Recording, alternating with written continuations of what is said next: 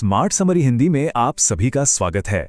आज हम एक ऐसे सीक्रेट को अनकवर करने वाले हैं जो सिर्फ पॉजिटिव थिंकिंग से कहीं कहीं ज्यादा पावरफुल है। जी हां, हम बात कर रहे हैं वेक्स किंग की जबरदस्त किताब गुड वाइब्स गुड लाइफ के। तो चलिए एक सवाल से शुरू करते हैं। हम सबने ये तो सुना ही है, अच्छा सोचो अच्छा होगा, है ना?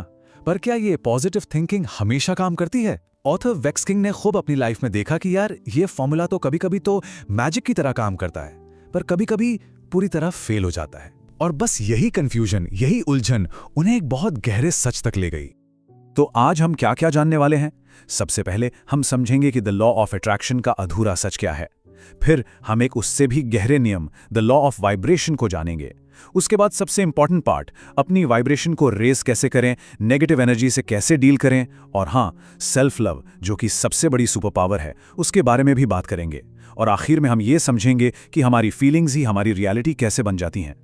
तो चलिए सीधे वेक्स किंग की कहानी से ही शुरू करते हैं। जब वो यूनिवर्सिटी में थे तो उन्होंने द लॉ ऑफ अट्रैक्शन को टेस्ट करने का सोचा, और जो रिजल्ट्स आए वो बहुत ही इंटरेस्टिंग थे।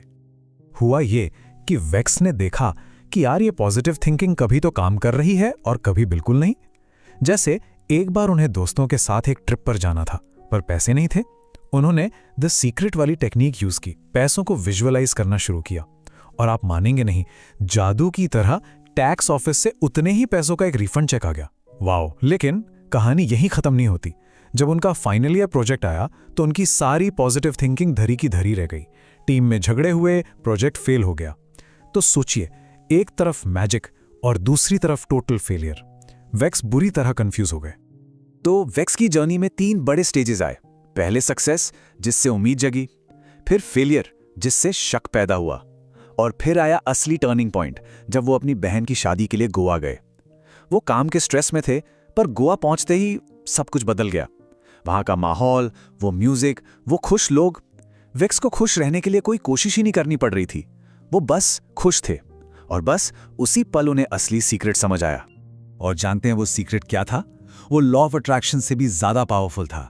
गोवा में वेक्स ने ये रियलाइज किया कि वो खुश रहने की कोशिश नहीं कर रहे, वो बस खुश थे। उनके आसपास की जो गुड वाइब्स थीं, वो सीधा उन पर असर कर रही थीं।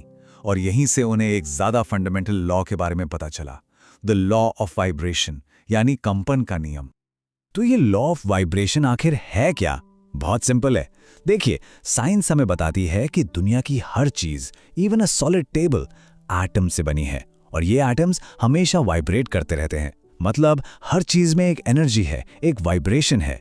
ठीक वैसे ही हमारी फीलिंग्स भी एक एनर्जी हैं, एक वाइब्रेशन। जब हम खुश होते हैं, ग्रेटफुल होते हैं, तो हम एक हाई फ्रीक्वेंसी पर वाइब्रेट करते हैं, और जब दुखी या गुस्से में होते हैं तो लो फ्रीक्वेंसी पर। और ये लॉ कहता है कि हम सिर्फ अपनी सोच से नहीं, बल्कि अपनी फीलिंग से, अपनी पूरी वाइब्रेशन से चीजों को अपनी लाइफ में अट्रैक्ट करते हैं। इसे एक ट्यूनिंग फोक के एग्जाम्पल से समझते हैं। अगर आप एक ट्यूनिंग फोक को हिट करते हैं तो उसके पास रखा सेम फ्रीक्वेंसी वाला दूसरा ट्यूनिंग फोक बिना छुए ही वाइब्रेट करने लगता है ना? इंटरेस्टिंग। हमारी फीलिंग्स बिल्कुल ऐसे ही काम करती हैं। जब आप खुशी फील करते हैं तो आप यूनिवर्स में खुशी का सिग्नल भेजते हैं, और यूनिवर्स आपको वैसी ही सिचुएशंस और लोग वापस भेजता है। So think of yourself as a walking talking antenna, जो हर पल सिग्नल्स भेज भी रहा है और रिसीव भी कर रहा है। और महात्मा गांधी का ये फेमस कोट इसी आइडिया को परफेक्टली कैप्चर करता है। इसका मतलब क्या है? मतलब ये कि बाहर दुनिया में चाहे जो भी चल रहा हो, आपके अंदर की दुनिया का रिमोट कंट्रोल वो आपके हाथ में है। आपकी इनर पीस, आपकी वाइब्रेशन, उस पर सिर्फ और सिर्फ आपका कंट्रोल है। कोई भी आपको नेगेटिव फील नहीं करा सकता जब तक आप खुद उन्हें वो पावर ना दें। ओके, तो थियरी तो क्लियर हो गई, है ना? लेकिन रियल लाइफ में अपनी वाइब्रेशन को रेज कैसे करें? चलिए अब बात करते हैं कुछ सुपर सिंपल और प्रैक्टिकल तरीकों की, जिन्हें कोई भी कभी भी यूज कर सकता है। बेसिकली ये 4 चीज हैं जो आपकी वाइब्रेशन का ताला खोल सकती हैं। नंबर 1, पॉजिटिव लोगों के साथ रहना। नंबर 2, अपनी बॉडी लैंग्वेज बदलना। नंबर 3, नेचर में ब्रेक लेना। और नंबर 4, पॉजिटिव कंटेंट कंज्यूम करना। चलिए एक एक करके समझते हैं। पहला, पॉजिटिव लोग। हम सब अपने आसपास के लोगों की एनर्जी एब्जॉर्ब करते हैं।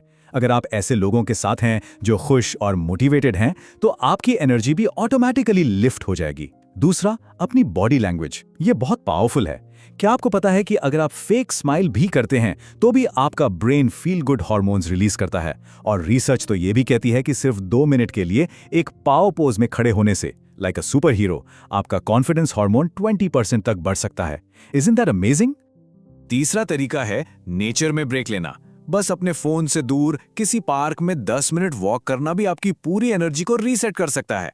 और चौथा है पॉजिटिव कंटेंट कंज्यूम करना। जब वैक्स किंग का टी-शर्ट बिजनेस फेल हुआ तो वो डिस्पेयर में नहीं गए।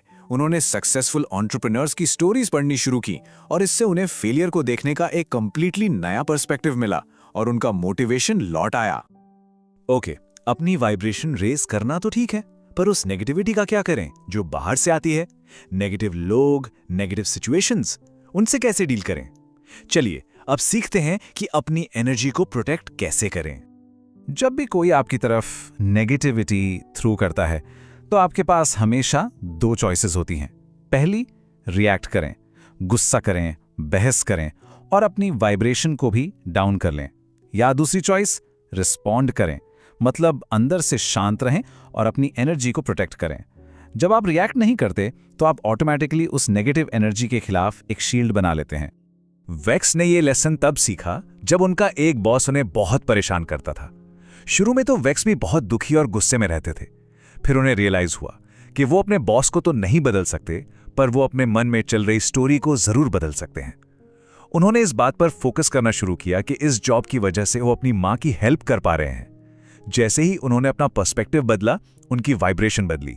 एंड गेस व्हाट, कुछ ही हफ्तों में उस बॉस का कहीं और ट्रांसफर हो गया। So the solution wasn't to change the boss but to change his own story.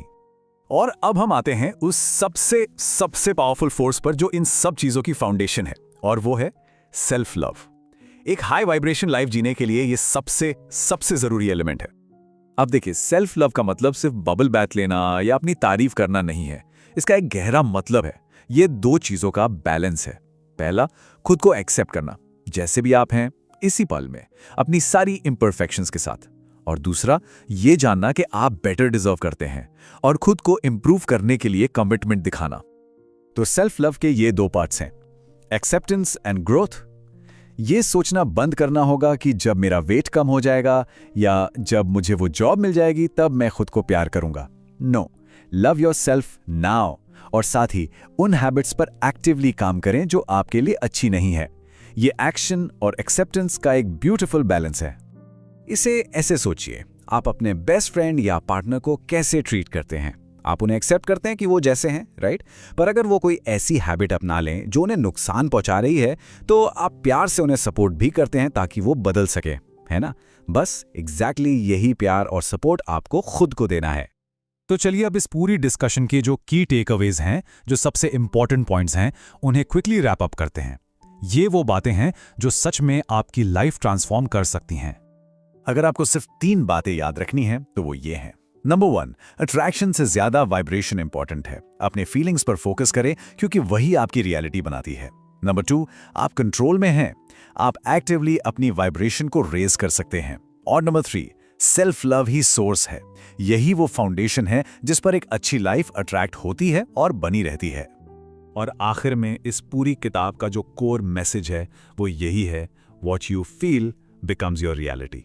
आपके थॉट्स नहीं, आपकी फीलिंग्स आपकी दुनिया बनाती हैं। जो आप महसूस करते हैं वही आप अट्रैक्ट करते हैं और वही आपकी हकीकत बन जाता है। उम्मीद है समरी से आपको अपनी लाइफ को देखने का एक नया और पावरफुल पर्सपेक्टिव मिला होगा। अगर ऐसा है तो इसे लाइक करें, सब्सक्राइब करें और इसे अपने उन फैमिली और फ्रेंड्स के साथ शेयर करें जो अपनी लाइफ को अपग्रेड करना चाहते हैं। मिलते हैं अगली बार।